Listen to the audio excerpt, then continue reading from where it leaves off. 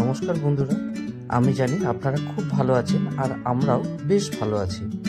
আমার ছোট্ট সংসারে আপনাদের স্বাগত। আজকে আমরা যে রেসিপিটা এনেছি এটা দারুণ ইন্টারেস্টিং একটা রেসিপি। এই রেসিপিটার নাম হচ্ছে পুনকো শাকের আলু বেগুন দিয়ে পোস্ত। প্রথমে আলু আর বেগুনটাকে ভালো করে ভেজে নিতে হবে। এটা যখন লাল হয়ে ভাজা হয়ে আসবে তখন এর মধ্যে আমরা শাকটাকে অ্যাড করে দিলাম।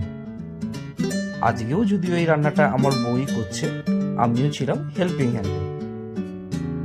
এবার বউ ভালো করে শাকটাকে আলু আর বেগুনটার সাথে মিশিয়ে নিচ্ছে।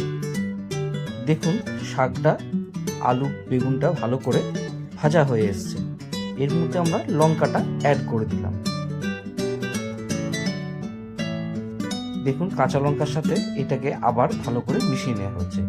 এদিকে আমার বউ শিলনোড়ার মধ্যে পোস্ত আর সর্ষেটাকে ভালো করে বেটে নিচ্ছে। যদিও পোস্ত আর সর্ষে শিলে বাটার একটা আলাদাই টেস্ট হয়। আমাদের পোস্ত আর সর্ষে বাটা রেডি।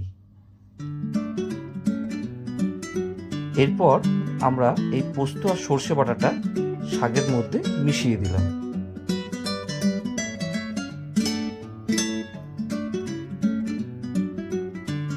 এরপরে এটা খুব ভালো করে শাক আর পোস্ত সর্ষেটাকে মিশিয়ে নিতে হবে, যেন সেটা পুরোপুরি শাকের মধ্যে গায়ে লেগে থাকে।